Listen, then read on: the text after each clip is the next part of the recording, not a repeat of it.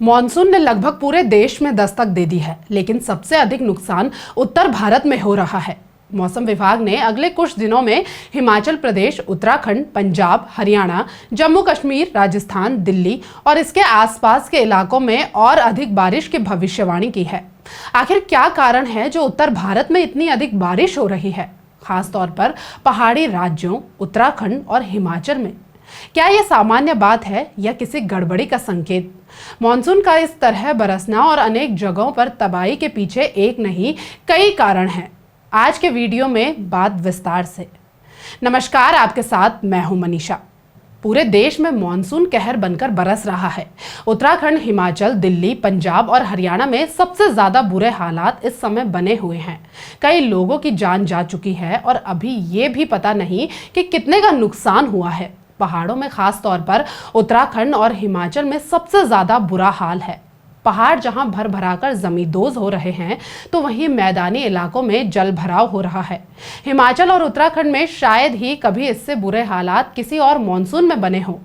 ऐसे में सवाल ये उठता है कि आखिर मॉनसून ऐसा व्यवहार क्यों कर रहा है? क्या ये एक प्राकृतिक क्रिया है या इसमें हम इंसानों का सबसे बड़ा रोल है? इसका जवाब ढूंढने से पहले मौसम वैज्ञानिक इस पर क्या कहते हैं, उसे जान लेते हैं। मौसम विभाग के वैज्ञानिक मानते हैं कि मॉनसून का इस तरह अचानक बरसना कोई असामान्य बात नहीं है, लेकिन अभी जो हो रहा है वो थोड़ा असामान्य जरूर है। मौसम वैज्ञानिकों के मुताबिक बारिश के पैटर्न में इस तरह के बदलाव के पीछे क्लाइमेट चेंज की महत्वपूर्ण भूमिका है। एक साथ 3 सिस्टम बनने के कारण हिमाचल प्रदेश, दिल्ली और आसपास के इलाकों में भीषण बारिश दर्ज की गई। उत्तर भारत में हो रही मूसलाधार बारिश का कारण पश्चिमी विक्षोभ को माना जा रहा है। मॉनसून से पश्चिमी विक्षोभ के टकराने की वजह से उत्तर भारत में इस कदर बरसात हो रही है। ऐसा होने से खासकर पहाड़ी क्षेत्रों मसलन जम्मू कश्मीर, उत्तरी पंजाब, उत्तराखंड और हिमाचल प्रदेश में सबसे ज्यादा बरसात होती है।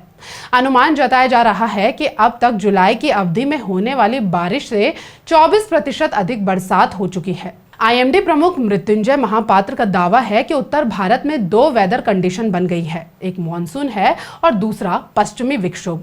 ऐसे सिस्टम पहाड़ी क्षेत्रों के लिए बेहद खतरनाक होते हैं, क्योंकि जब हवा पहाड़ी से टकराती है तो ऊपर उड़ती है, जिससे जोरदार बारिश होती है। 2013 में जून माह के समय भी ऐसा ही हुआ था, जब मॉनसून समय पर पहुंच गया था और उससे पश्चिमी विक्षोभ टकराने की वजह से खूब बारिश हुई थी।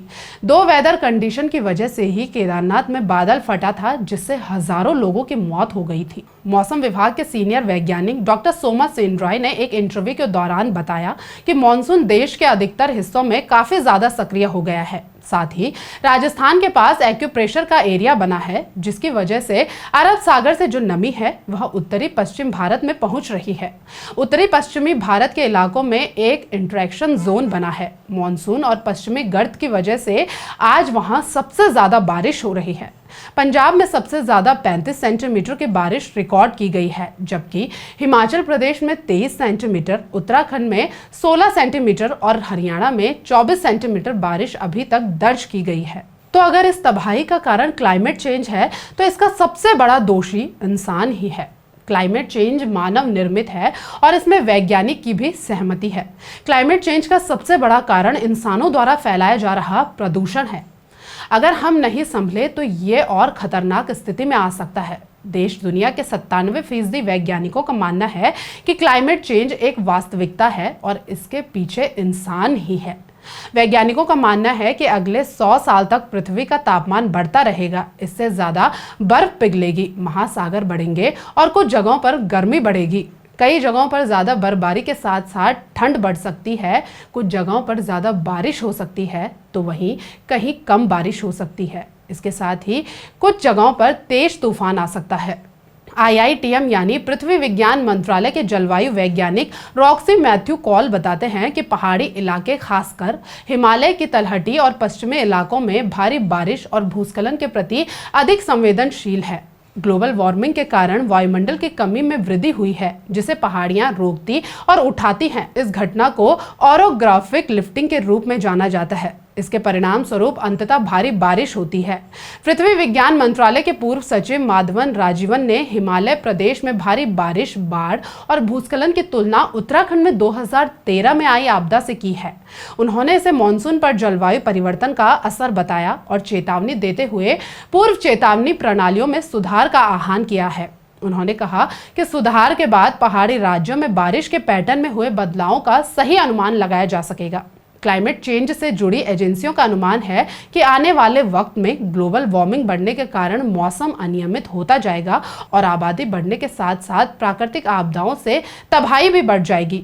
सदी के आखिर तक 2% तापमान में बढ़ोतरी हो सकती है और प्राकृतिक आपदाओं में 30% तक की बढ़ोतरी का अनुमान भी पर्यावरण एजेंसियों ने जताया है। ये तो था अत्यधिक बारिश का कारण। अब बात उससे होने वाले नुकसान की। पहाड़ों में बारिश से होने वाले नुकसान का मुख्य कारण बेहिसाब ढंग से चल रहे निर्माण कार्यों को जाता है। अधिकतर बड़ी योजनाओं के निर्माण में पर्यावरण मंत्रालय से लेकर पर्यावरणविदों की सलाह को दरकिनार कर दिया जाता है।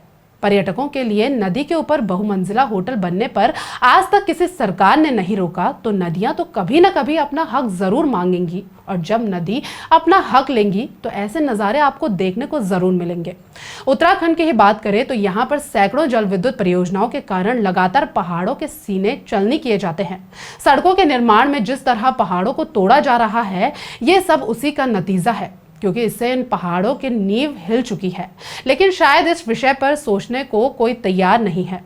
सरकारें जितनी दोषी इन हालातों के लिए है, उतने ही दोषी हम भी हैं।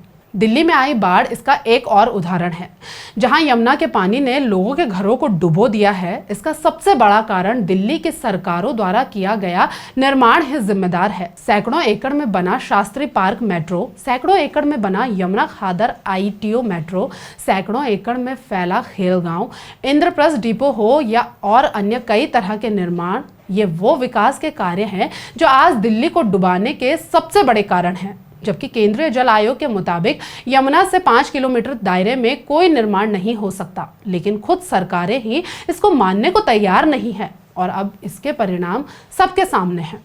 पूरे देश में बाढ़ से तबाही के एक जैसे हालात हैं। आंकड़ों पर गौर करें तो साल 1952 से 2018 के 65 सालों में देश में बाढ़ से 1 लाख से अधिक लोगों की जान जा चुकी है। 8 करोड़ से अधिक मकानों को नुकसान पहुंचा, जबकि 4.69 ट्रिलियन से अधिक का आर्थिक नुकसान हुआ। असम, बिहार, बंगाल, ओडिशा, आंध्र प्रदेश, महाराष्ट्र, गुजरात, मध्य प्रदेश, उत्तर प्रदेश जैसे राज्य बाढ़ की तबाही हर साल झेलते हैं। इस दौरान तमाम सरकारी प्लानिंग सामने आई, लेकिन ना तो बाढ़ को कंट्रोल किया जा सका और ना ही तबाही वाले इलाकों में लोगों को बचाने के लिए कुछ ठोस कदम उठाए जा सके। बाढ़ राहत के तमाम प्रोग्राम कागजों पर ही दिखते रहे और हर साल बर्बादी के बाद राहत कैंप, खाना वितरण, अस्थायी कैंप और फिर तबाह हुए लोगों को कुछ हजार रुपयों के राहत चेक बांटने पर जाकर थम जाती है। फिर अगले साल के मानसून बारिश में वही चीजें दोहराई जाती हैं, लेकिन हल निकालने की कभी कोशिश नहीं हुई। इसको लेकर कभी न किसी राजनीतिक पार्टी ने कोई विजन दिखाया, न क्लाइमेट चेंज जैसे महत्वपूर्ण चीजों को किसी दल ने अपने एजेंडे में शामिल किया। आपकी इस पर क्या राय है, हमें कमेंट बॉक्स में जरूर बताएं। बाकी देश के असल मुद्दों और पर्दे के पीछे चल रही राजनीति के खेल से जुड़ी सभी खबरों के लिए हमारे फेसबुक पेज को लाइक और फॉलो करें। जमीनी हकीकत का सच जानने के लिए भी आप हमें यूट्यूब पर सब्सक्राइब कर सकते हैं। नमस्कार।